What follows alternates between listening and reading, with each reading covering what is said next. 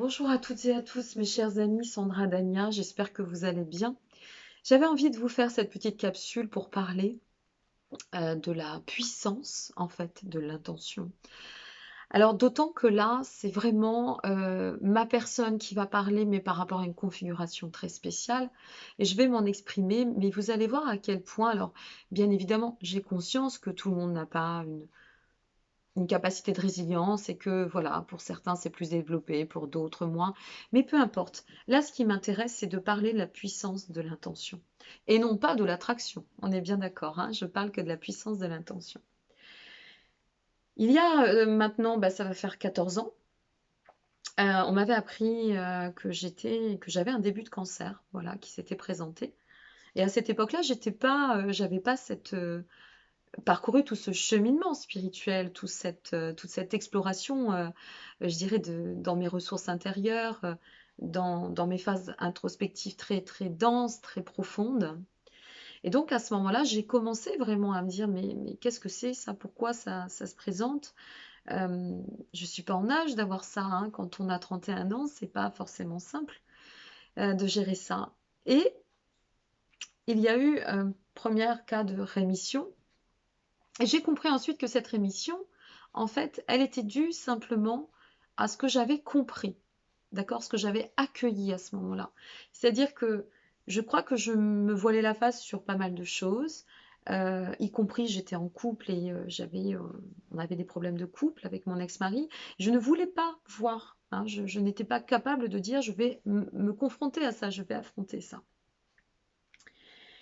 Et puis, chemin faisant, voilà, il y a d'autres choses qui se sont placées en termes de compréhension. Et le jour où je devais faire une petite intervention, on m'a dit, ben voilà, vous pouvez sortir et venir voir votre spécialiste parce qu'il a une nouvelle à vous annoncer.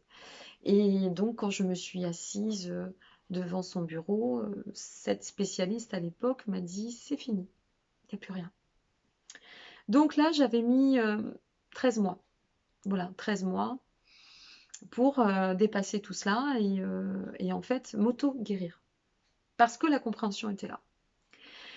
Donc le chemin faisant, bien évidemment, la santé va mieux, mais j'ai un suivi peut-être euh, plus intense, hein, plus rapproché que d'autres personnes.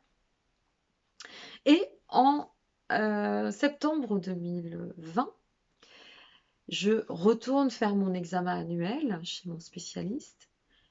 Et je sentais au fond de moi, je sentais que quelque chose se passait. Je venais de rompre de la relation avec laquelle j'étais à ce moment-là. Et je sentais que quelque chose s'était manifesté dans mon être. Alors je sors de cet examen et je me dis, il y a quelque chose qui ne va pas et je vais vite savoir ce que c'est. Et mon spécialiste me contacte en me disant, voilà Sandra, vous avez des génomes précancéreux qui sont de retour. Et ça, c'était donc mi-octobre 2020. Entre-temps, j'avais été contactée par mon éditeur qui m'avait fait une proposition et donc c'est comme ça aussi, et grâce à YouTube d'ailleurs, que Reconnexion est née et j'étais en pleine préparation, en pleine mise en page finale, si vous voulez, pour mettre au propre ce que j'avais écrit des années auparavant. Et quand il m'a annoncé ce retour des génomes précancéreux, cette fois-ci j'ai remercié. Alors, je suis pas maso, hein, qu'on se le dise, mais j'ai remercié pourquoi? Parce que je me suis exploré à ce moment-là. Et là, j'ai compris le chemin que j'avais parcouru. J'ai compris, bien évidemment, au milieu de ces 14 ans et de cette année 2020, il y a eu la grande fracture en 2014. Et cette opération d'urgence et tout ce qui en est ressorti de tout ça. Et en fait, quand on m'a appris que ces génomes précancéreux sont arrivés, je ne les ai pas contraints. Je ne me suis pas mise en lutte contre ça. Je les ai accueillis. Je leur ai dit waouh, merci. Parce que déjà, je viens de comprendre que j'écoutais vraiment mon intuitif et que quand on s'écoute, là, je savais que j'étais sur le bon chemin.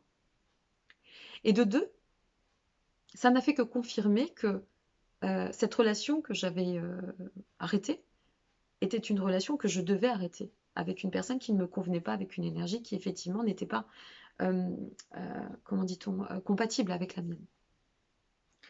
Alors j'ai fait ce chemin et au milieu de tout ça, c'est enfanté, en fait, Reconnexion, mon livre.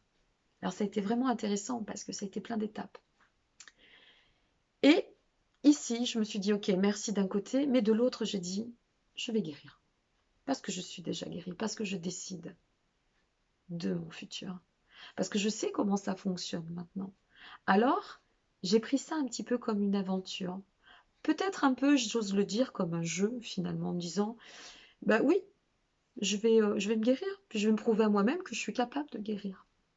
Alors, bien évidemment, j'ai pris des protocoles naturaux, hein, énormément, beaucoup de naturaux, de l'homéopathie. Euh, j'ai aussi énormément travaillé sur mon fort intérieur, c'est-à-dire l'optimisme, hein, et puis la puissance de l'intention. J'ai l'intention d'être déjà guérie. Et à un mois de la sortie de la publication de Reconnexion, je suis donc allée faire des examens. Et mon spécialiste, au moment de l'examen, me dit, tiens, vous avez perdu 5 kilos. Bon, je lui dis, oui, vu le rythme, c'était un petit peu normal à ce moment-là. Il me dit ça. Et puis, il me dit, et puis, il y a une autre bonne nouvelle. Donc, il m'apprend la bonne nouvelle. Ah, je lui dis, oui, ça, c'est plutôt bien. Et il me dit, je pense que vous n'avez plus rien. Donc, 6 mois après, ben, je lui dis, écoutez, docteur, vous savez quoi? Moi, je sais que je n'ai plus rien. Voilà, je le sais depuis Noël. Et je savais depuis Noël que j'avais passé un cap encore une fois et que là, j'étais arrivée presque au bout de ce premier grand cheminement. Et il n'est pas terminé, ce cheminement. Et chance à moi, il n'est pas terminé, ce cheminement. Et donc, il s'avère qu'effectivement, quand j'ai reçu les examens, plus rien. Mais vraiment plus rien. Plus rien, et au-delà de ça m'a permis, si vous voulez, de m'enfanter encore plus en moi-même. Voilà, d'enfanter cette moi qui était encore en devenir et qui avait beaucoup travaillé sur 2020 sur plein de choses aussi. Et là, j'ai dit, ben ok, ça y est, t'y es. Donc c'est ça que je voulais vous glisser. Je ne vais pas faire une grande vidéo. J'ai pas envie de vous transmettre des choses, enfin voilà, d'être dans des palabres. Ça m'intéresse pas.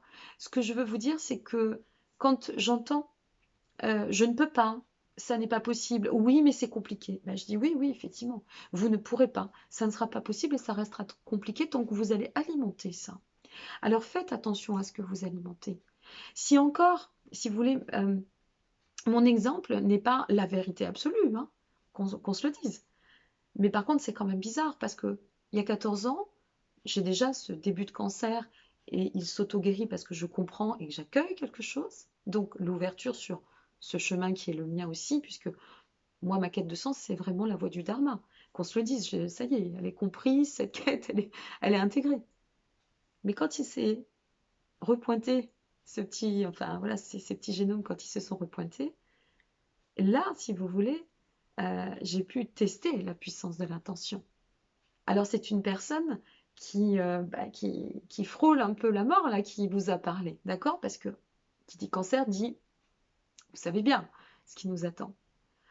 Et je voudrais, pour celles et ceux qui, peut-être, ont eu un cancer ou seraient amenés à regarder cette vidéo si vous avez un cancer, et pour celles et ceux qui voudraient anticiper le cancer, je voudrais vous dire qu'il y a un livre qui m'avait beaucoup aidé à l'époque qui s'appelle Se programmer pour guérir du docteur Yann Rougier. Se programmer pour guérir. Je vais mettre en dessous cette vidéo le lien.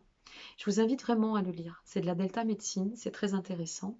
Et comprenez bien que, au-delà effectivement d'une hygiène de vie, parce qu'on n'a rien sans rien, il ne faut pas rêver, c'est l'hygiène intérieure qu'il faut travailler. Donc, si vous regardez cette vidéo et que il vous est arrivé quelque chose ou qu'il vous arrive quelque chose, ben je vous envoie plein de pensées lumineuses et bienveillantes de guérison. Mais surtout, dites-vous que vous pouvez programmer votre propre guérison. Voilà, on en est toutes et tous capables. Il suffit juste dans la vie de le vouloir. Mis à part si, bien évidemment, c'est incurable. Et ça peut arriver. Mais quand vous avez certaines typologies de cancer, dites-vous que, en général, ça peut s'auto-soigner. Voilà ce que je crois, ce à quoi je crois. Et aujourd'hui, c'est pas une leçon que je vous donne, c'est juste un partage pour vous dire, tiens, réfléchissons tous ensemble. Voilà mes chers amis. Donc je vous fais cette vidéo à l'aube de mes congés. Ça y est, je vais enfin prendre des congés après 16 ans tous en vacances, donc je suis très heureuse de pouvoir me poser un petit peu. Je vais me ressourcer avant de revenir vers vous. Et je vous dis bien à très bientôt et prenez bien soin de vous. Et merci d'être là. À bientôt. Au revoir. Et nourrissez l'espoir.